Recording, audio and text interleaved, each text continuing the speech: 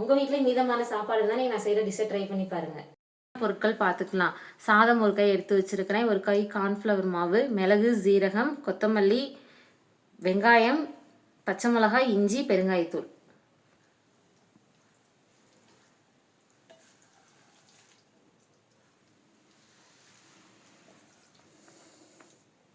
இதை மிக்சியில் போட்டு ஒரு சுற்று சுற்றிக்கலாம். இந்த அளவுக்கு அரை வரைக்கும் அரைச்சிக்கோங்க. இந்த இப்போ அரைச்சி வச்சுருக்க சாதத்தில் மிளகு சீரகம் போட்டுக்கலாம். பச்சை மிளகாய், இஞ்சி போட்டுக்கலாம். ஒரு பெரிய வெங்காயம் கட் பண்ணி வச்சுருக்கிறேன், அதை போட்டுக்கலாம். கொத்தமல்லி தழை வச்சுருக்கிறேன், அதை போட்டுக்கலாம். இதில் 1/4 டீஸ்பூன் உப்பு போட்டுக்கலாம். பெருங்காயத்தூள் ஒரு 1/4 டீஸ்பூன் போட்டுக்கலாம்.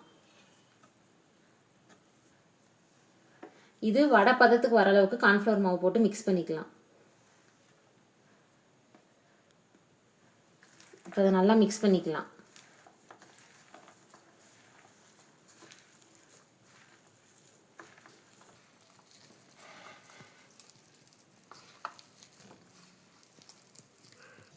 இப்போ பிசைஞ்சு வச்சதை உளுந்த வடைக்கு தட்டுற மாதிரி தட்டி எண்ணெயில் போட்டு பொரிச்சுக்கலாம்.